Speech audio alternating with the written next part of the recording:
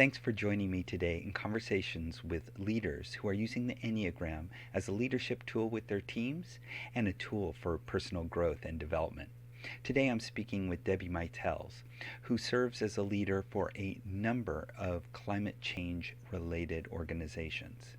Debbie is a highly aware Type 2 leader, and you'll see how she uses her leadership for connecting people and in service for the greater good. And now for the conversation. Today I'm speaking with Debbie Mytels. Debbie is a leader on climate.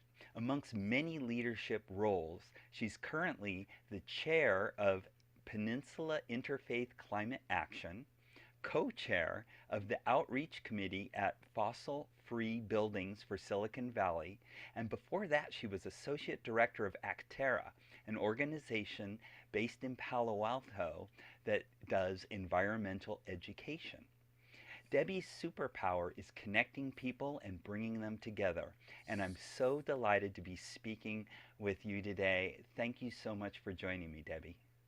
Well, thank you, Matt, for inviting me. I'm looking forward to the conversation. Great, great. So I am so eager to hear your Enneagram journey. So how and when did you first discover the Enneagram?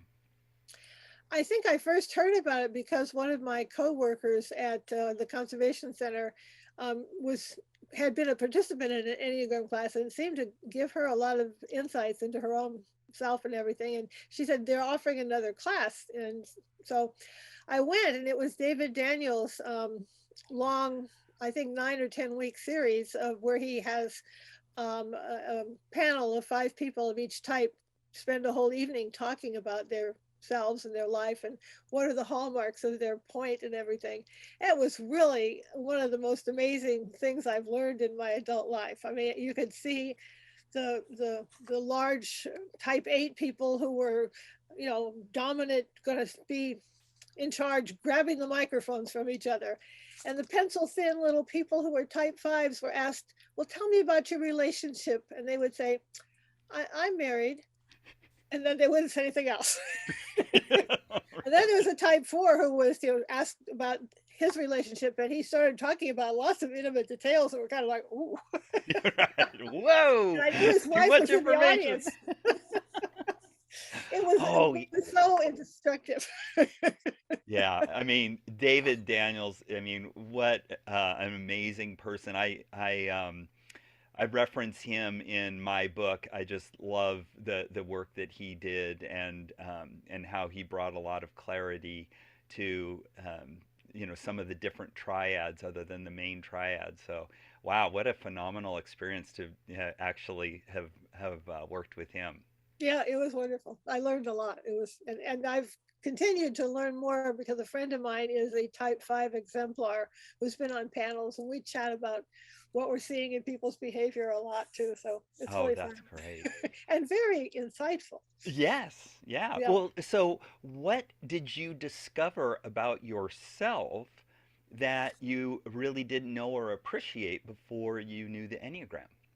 Yeah, it was interesting because when I learned about it, one of the things that I recognized was that I did focus a lot on other people's needs and feelings and thoughts and not myself. And at first I thought maybe I was a type 9.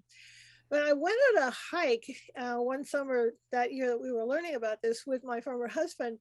And it was a long 13-mile hike, and neither of us were in that good shape, really. We took along some water and a sandwich or two, and it was a long loop hike. And as we were started out, he was in front and walking along, and I was being the good little wife and asking him about things at work and how it was going and all that. And he was telling me, and I was listening. And as we went on, and we got tireder and tireder, and we got to the end point of the loop, we had our lunch and we started walking back, and we were kind of draggy and tired, and we still had like 6 miles to go. Right. So I took the lead. I just sort of did. And then I kept saying, we're going to be okay. We'll get there. Yeah, we almost drank all the water, but here, you have some more. But we're going to make it. We're going to make it. He went back behind me and he was very quiet. Well, he's a type 8 who went to 5, and I was a type 2 who went to 8. And we shifted roles. Wow. And that made me realize by looking at the pattern in the Enneagram of points that you go to when you're stressed or not. We were both very stressed on the way back. That made me realize I was a 2.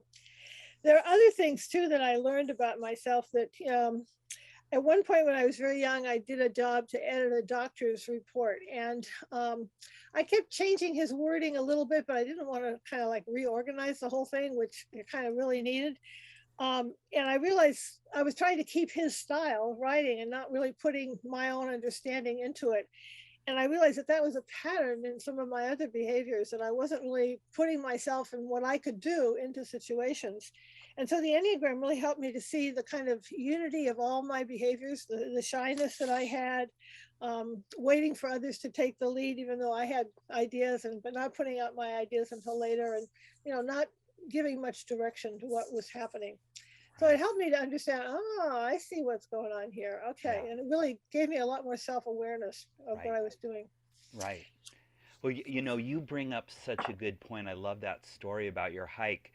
And I talk about this a little bit in my book, how, under when you put a team, you were a team of two, but you put a team under stress, Yeah. and then we start to, different behaviors emerge, Yeah. and some people who are normally really dominant start to pull back, and while other people who are usually in the background come to the fore, Yeah. and how if you get the right combination, and the 2-8 exemplifies a Yeah. really great team dynamic. It just, you complement each other regardless of the situation. And Yeah. Yeah. that is such a great story. It was a great story. Yeah. So, hey, how have you used the Enneagram in your leadership roles? I think it's been very helpful in many ways.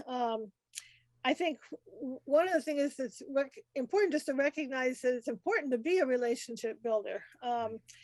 I know when I'm in a meeting, I try to recognize the contributions of everyone who's talking. And I've been doing a lot of Zoom meetings this past couple of years, and I try to, acknowledge the comment that so and so made, and what you just said relates to what the so and so said, and try to help people see the connections between each other. Yeah. And I also try to be sure that everybody's had a chance to be heard, because some people are very shy or just reticent. And I also want to be sure that everybody's voices are brought into the room. Yeah. So that's one way I think I use the Enneagram going. And sometimes you kind of have to remind somebody who might be a type 8 or some other type that's dominant that, well, thank you very much, but we haven't yet heard from others. Let's let them have a chance to speak. So that's a way that in working with people in a meeting, it's good to give everybody a chance. Oh, The yeah. other way that I've used it in my work is trying to find the right person for the job. Yeah.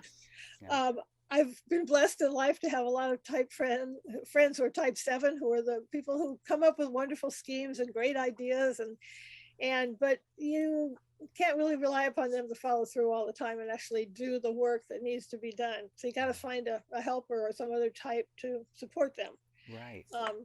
because they're going to come up with more ideas. Right. Right. Finding finding a And complementary similarly, pair.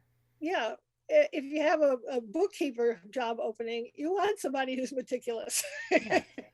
And they Exactly. may drive you crazy, but you don't want a sloppy bookkeeper who doesn't do a really consistent job, Right. because it's very important. So trying to look out for what are the needs of the job, as opposed to I like this person or I like that person. Right. And one thing I've noticed a lot in working with mostly small groups and nonprofits is that people do tend to hire people like themselves. And sometimes you need to bring in that divergent set of skills. Right. That's really Right. helpful. Yeah. Yeah. Oh, that two excellent ways to use the Enneagram, and just to get back to that communication point, and making sure all voices are heard.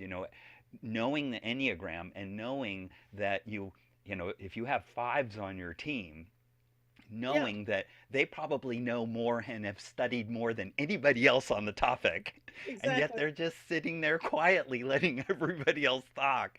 And it's such a resource, available to the team if you allow them the platform. Because Yeah. they're not going to assert themselves and just inject themselves into the conversation. They need to be drawn out. And it sounds like you've done that masterfully to just to make sure that everybody's voice is heard. So that's awesome. And Yeah, I and think, then yeah, in of some ways, I don't even give myself a lot of credit for that. It's like, well, of course, that's what I naturally should do as the leader. But right. I recognize that it is an attribute of being a point two that is helpful to a group. That's what I Yeah, can offer. absolutely, Yeah, absolutely. And just being, any Enneagram aware and yeah, knowing these different styles, and you knowing your own style, yeah, you know, because even a type 2 can go into that dominant mode, oh especially yeah, if you're stressed. yeah.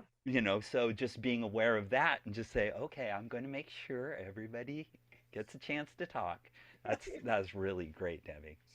Well, so what advice would you give to another leader of your type, Enneagram Type 2? Yeah, I think that's a really important thing to think about. One is to acknowledge what you were just saying, is really to recognize the value of the divergent points of view, and that everybody can contribute, and they need to contribute because you need to hear things. When I was on one board, for example, one member of our group would always say, "This is going to go wrong. It's got a problem there, blah, blah, blah." And everybody's like, don't pour hot water on our beautiful idea. But, he was really telling us what we needed to pay attention to. And that was really an important point that we needed to, oh, that could go wrong. So it's important to know about that and to put that credence and give credence to those points in the room, put them into the room. And maybe you don't agree with them, but at least you've heard them. And that's important. I think another strength, and we've talked about a little already too, is to really recognize the strengths of a point two as a connector. I remember one time I was in a store over in Berkeley, I guess, and they had a whole bunch of political buttons, and one of them said, "The most radical thing you can do is introduce your friends to each other." And I thought, yeah, and I'm doing that all the time. I'm trying to connect this person with that person because they both have similar interests, or this one is looking for a job and that one might help them, or this one has a knowledge about an issue that one's concerned about. So that connector thing is really important, and use it. It's one of, I think, our strengths from this point. Um, Another thing that I've learned, and this is advice for it too, I think, is don't be shy about reaching above your station, kind of, Yeah. um, the people who have ideas and are perhaps in charge, they're speakers at conferences, or they're people who are elected officials, they really want to be connected with. It's their job is to give their advice, to be leaders, and they want to hear from you, and they want to know what you have to share too. So sometimes it's, it's easier to sort of, oh, well, I'm not important, I don't count, but really you have something to share as well as a type two. I had a friend who was not a type two. She was a nine. She knew that. And she'd always go up after a lecture and go talk to the speaker and learn something from that person and bring it back to our group. It was like, wow, I didn't even think about doing that, but I'm trying So to do fearless. Those nines, they are very fearless. that. And the last one is that I think because twos often don't know their own feelings or aren't acknowledging them, they're just kind of, and maybe this is a different wing, like a three who just wants to get the job done. But I think it's really important to, especially when dealing with something like climate change, which is an emotional problem that we're dealing with now as humanity, is to really tap into our own feelings and try to acknowledge them, and that's our motivation for acting, or at least mine when I think about it. And I used to work with a group called Canopy, which is a tree planting group. And one day we were planting trees and getting started, and we used to just, get the stuff out of the car and put out the equipment and set it up and give people name tags and a little introduction on how you work with planting the tree. But I thought, I understand that today I've got a couple of teenage boys whose dad asked them to come as sort of a punishment for some transgression at home. Yeah. And I thought, I really got to work on the motivation here, not just let's do it. So Right. I said, I had us all gathered together in a circle before we started. And I talked about my motivation for Oh, planting trees, which was to help part of nature to grow and develop and to provide for the future health and safety and oxygen for our community. And I really tried to say, then I had everybody go around the circle, and there was maybe, I don't know, 15, 20 people. why are you here? Why are you here? Why are you here? And that really grounded us all in the work we were doing. Yeah. And I thought, wow, that really was a different kind of event than what we'd done before. Right. And it was unfortunately sort of towards the end of the planning season, but I did try to do something like that for the last couple of ones as well, because it really made a difference. Yeah. And I think it was a way to use my own feelings that I might have just ignored or Yeah. thought they weren't important. Yeah. Oh, that is such a great idea. Just ground everybody in, feelings and purpose at the beginning of Yeah, the task, and go from there. And yeah, it's very inspiring and motivating. it was. And the two boys that were there, they did a good job too. They didn't goof off. And I don't think they felt it was punishment after the end. I think they felt they'd made a contribution, and we all had. Yeah. Those trees are still growing, which is so exciting. Well, yeah. Yeah. Well, I hope they and get to experience the growth of the trees and see that and remember that moment. That's great. Yeah, yeah. Well, thank you so much, Debbie, for joining me today and sharing your stories and your experiences. And I want to thank you very much for all of your leadership in climate and everything that you're doing, bringing people together. And I would love to have you come back and maybe we could talk a little bit more about your climate work and maybe dive into how your feelings are motivating you. I think that is such a powerful topic. So thank you Okay. again for joining me. Thank you, Matt. It was really great to talk with you too. And I admire so much the work you're doing. I think it's a really important thing for people to learn. So I really appreciate it. Thanks. All right, thank you.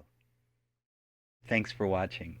Debbie points out that the Enneagram is the most important thing that she's learned in her adult life, and I couldn't agree more with that. I appreciate how she used the path of disintegration to distinguish between the two types that she was considering and finally landed on Enneagram Type 2 as her core type. And as a leader, how she uses the Enneagram to ensure that all voices are heard on her team and that all of the different perspectives of her teammates are respected. And finally, she acknowledges the importance of feelings in leadership, especially in motivating your team and giving them a sense of purpose. If you like this, please click on the thumbs up button and share it with others and subscribe to the channel so you can get notifications of upcoming episodes. And if you have any comments or questions, please leave them in the comments section and I'll get to them as soon as possible. Thanks again.